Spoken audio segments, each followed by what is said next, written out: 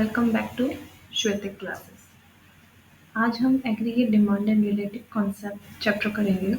उसमें से हम एक टॉपिक पढ़ेंगे what is aggregate demand and aggregate supply. उसका बेसिक पढ़ेंगे क्या होता है, क्या कंपोनेंट्स होते हैं। So let's start. मैं संदीप गर्ग को फॉलो कर रही हूँ। ओके, आप कोई भी बुक ले सकते हो, द मैटर कंटेंट सब सेम ही होता है। So aggregate demand refers to total value of final goods and services which all the sectors of economy are planning to buy at a given level of income during the period of one accounting year. इसका meaning होता है सारे sectors, house hold, private, government sector सब plan कर रहे हैं। Are planning, ये word ध्यान देना। टू बाय, हम क्या प्लान कर रहे हैं? गुड्स एंड सर्विसेज बाय करना एक पर्टिकुलर गिवन लेवल जो इनकम है उसके अंदर ड्यूरिंग एंड एक अकाउंटिंग ईयर के। तो उससे हमको एग्रीगेट डिमांड पता चलती है। डिमांड कैसे पता चलेगी? एग्रीगेट मतलब जब सब मिलके डिमांड क्या चीज़ खरीद रहे हैं। सो एग्रीगेट डिमांड अल्टीमेटली क्या हो गया? एग्रीगेट एक्सपेंडिचर हो गया, क्योंकि सारे के सारे सेक्टर क्या करेंगे? स्पेंड करेंगे पैसे, विलिंगनेस खर्च करेंगे, तो एग्रीगेट एक्सपेंडिचर बन जाएगा। इंपॉर्टेंट थिंग, एग्रीगेट डिमांड और मार्केट डिमांड में क्या फ़र्क है? मार्केट डिमांड क्या होती है ना, एक पर्टिकुलर वन कमोडिटी के लिए, एक चीज़ के लिए होती है। बट एग्रीगेट डिमांड क्या होती है? टोटल डिमांड होती है सारे गुड्स एंड सर्विसेज के लिए, एंटायर इकोनॉमी के लिए। बस ये हमको ध्यान देना है, ठीक है। Next components of aggregate demand हम देख लेते हैं।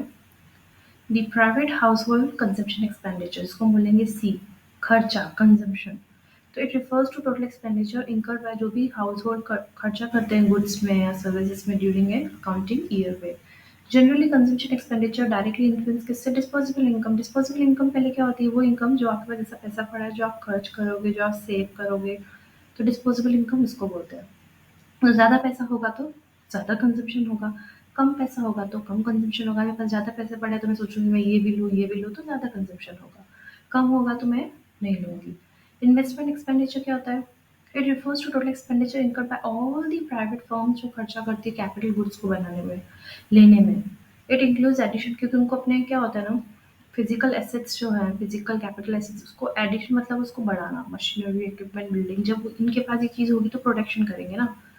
तो इन्वेस्टमेंट एक्सपेंडिचर वो होता है, इसको हम बोलेंगे आई, इसको हम बोलेंगे सी, इसको हम बोलेंगे आई। दो कंपोनेंट हो गए। Next third component is government expenditure.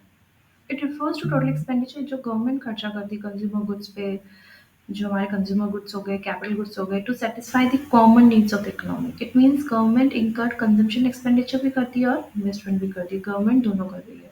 Consumption कैसे? पब्लिक की जो हमारी नीड्स को पूरी करती है, लॉ ऑर्डर, एजुकेशन प्रोवाइड करती है, हेल्थ, ट्रांसपोर्ट, डिफेंस, ये सब तो हमारे लिए हो गए। इन्वेस्टमेंट भी करती है हमारे लिए, हाईवेज, रोडवेज। तो गवर्नमेंट क्या कर रही है? दोनों का मिक्स कर रही है। नेक्स्ट है नेट एक्सपोर्ट। नेट एक्सपोर्ट का मीनिंग क्या होता है? सबसे पहले एक्सपोर्ट क्या होता है? Export indicate demands for the goods produce with in the domestic territory of the country by the rest of the world. Means हम लोग अपना कुछ गुड्स बना के बाहर बेच रहे हैं, राइट। सो होता है एक्सपोर्ट। इम्पोर्ट मीन्स हम लोग उनसे ले रहे हैं।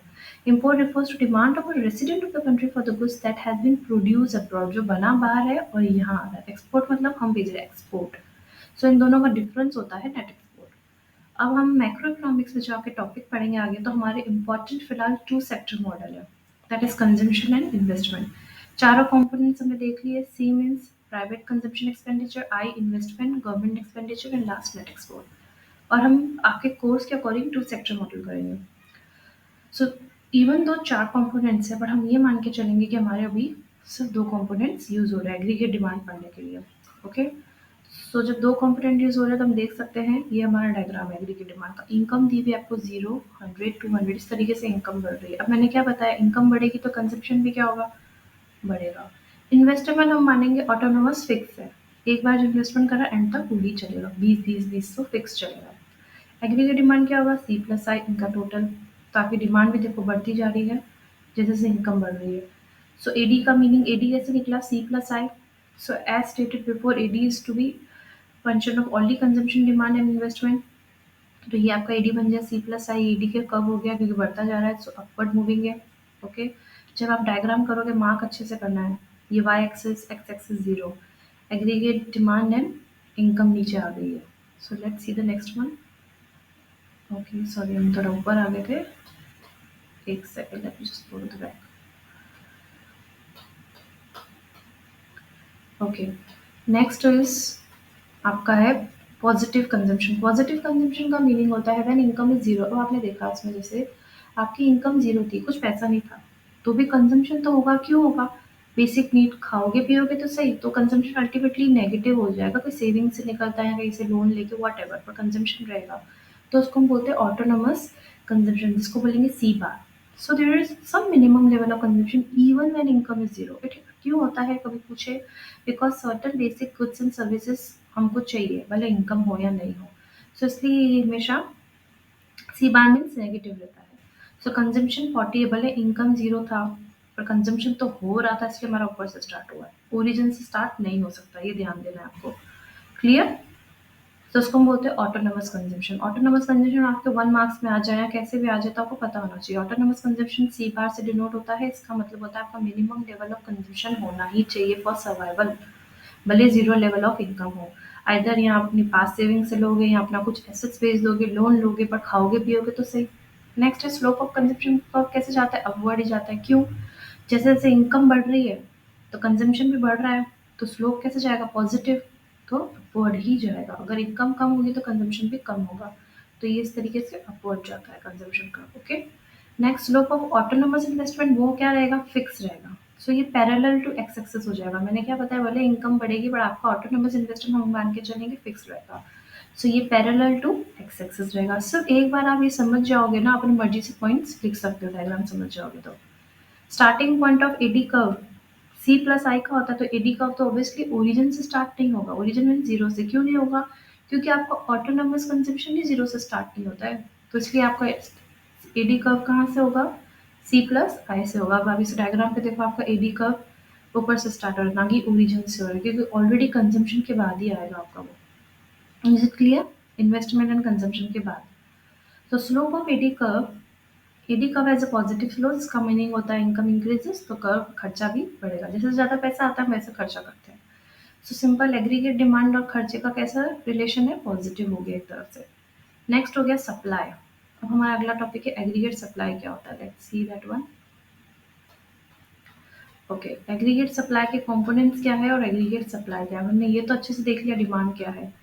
Aggregate supply refers to the money value of final goods and services that all the producers are willing to supply। अब हमने अपनी तो बात कर ली, प्रोड्यूसर्स की भी बात करते हैं। प्रोड्यूसर्स कौन है? जो गुड्स बेच रहे हैं। तो वो सारे प्रोड्यूसर्स मार्केट में गुड्स बेचना चाहते हैं, willing to supply particular period of time, तो उसको बोलते हैं एग्रीगेट सप्लाई। जितना सप्लाई करेंगे उतना पैसा कमाएंगे, तो इसलिए हम बोलेंगे aggregate supply equals to national income. क्योंकि नेशनल इनकम क्या होता है? कितने गुड्स एंड सर्विसेज आपने प्रोड्यूस किए, तो अल्टीमेटली वो आपका क्या हो गया? Aggregate supply. Am I clear? Sorry. So we can say that aggregate supply national income, इसको बोलेंगे वाई। सेम थिंग है, अगर मैं बोलूँ एग्रीगेट सप्लाई नेशनल इनकम तो एक ही चीज़ है। सो नेशनल इनकम क्या होता है? Consumption plus saving. इनकम क्या हो गया आपका? थोड़ा कंजम्पशन में जाता है, थोड़ा सेविंग्स में जाता है। So y equals to aggregate supply equals to C plus S. इस तरीके से फॉर्मूला ड्राइव होती है। सो इनकम बढ़ रही है, कंजम्पशन बढ़ रहा है। अब सेविंग्स देखो, मैंने क्या बोला, आपका 40 जो है कहीं ना कहीं से निकलेगा, तो सेविंग में से निकलेगा, पहले जीरो है। देन अगेन इसको देखोगे तो अभी भी सेविंग्स है, ये हमारा ब्रेक इवन हो जाएगा। ब्रेक इवन होता है जब आपको कुछ प्रॉफिट नहीं है, कुछ लॉस नहीं है, जितना कमाया उतना खाया, कुछ बचा नहीं, तो उसको हम बोलते हैं ब्रेक इवन। अब एक चीज़ याद रखना, एग्रीगेट सप्लाई ओरिजिन से स्टार्ट होता है। एग्रीगेट डिमांड तो नहीं हो रहा था, क्योंकि एग्रीगेट डिमांड तो क्या था? सी प्लस आई था। बट एग्रीगेट सप्लाई ओरिजिन से क्यों स्टार्ट हो रहा है?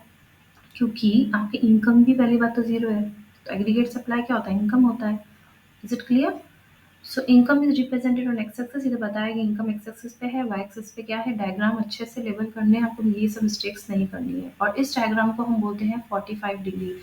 ये आपका देखो एग्जैक्टली 45 डिग्री होता है, क्योंकि तो ओरिजिन से निकल रहा है। ये जो पूरा होता है ना, ये 90 डिग्री होता है, पर इसका हाफ कितना होगा? 45 degree. So aggregate supply curve is also 45 degree curve. आपको इस चीज़ का थोड़ा ध्यान देना पड़ेगा। Next, aggregate supply is obtain by adding consumption and saving schedules. Aggregate supply कैसे मिलता है? कंजम्पशन और सेविंग से, तो हमको पता है। तो उसको स्ट्रेट लाइन हमको जो कहाँ से निकलती है? ओरिजिन से, जिसको हम 45 एंगल बोलते हैं। तो कंफ्यूज मत होना, 45 एंगल एग्रीगेट सप्लाई की है। At all the points of 45 degree line consumption is equal to the income. तो बस आपको इतना सही ध्यान देना है, ये 45 डिग्री की ये इसी की लाइन है। तो aggregate supply equals to income. Is it clear? अब नेक्स्ट टॉपिक पे हम थोड़ा पढ़ेंगे कि कंजम्पशन फंक्शंस क्या होते हैं, सेविंग्स क्या होती है। I hope it's clear to you. Thank you.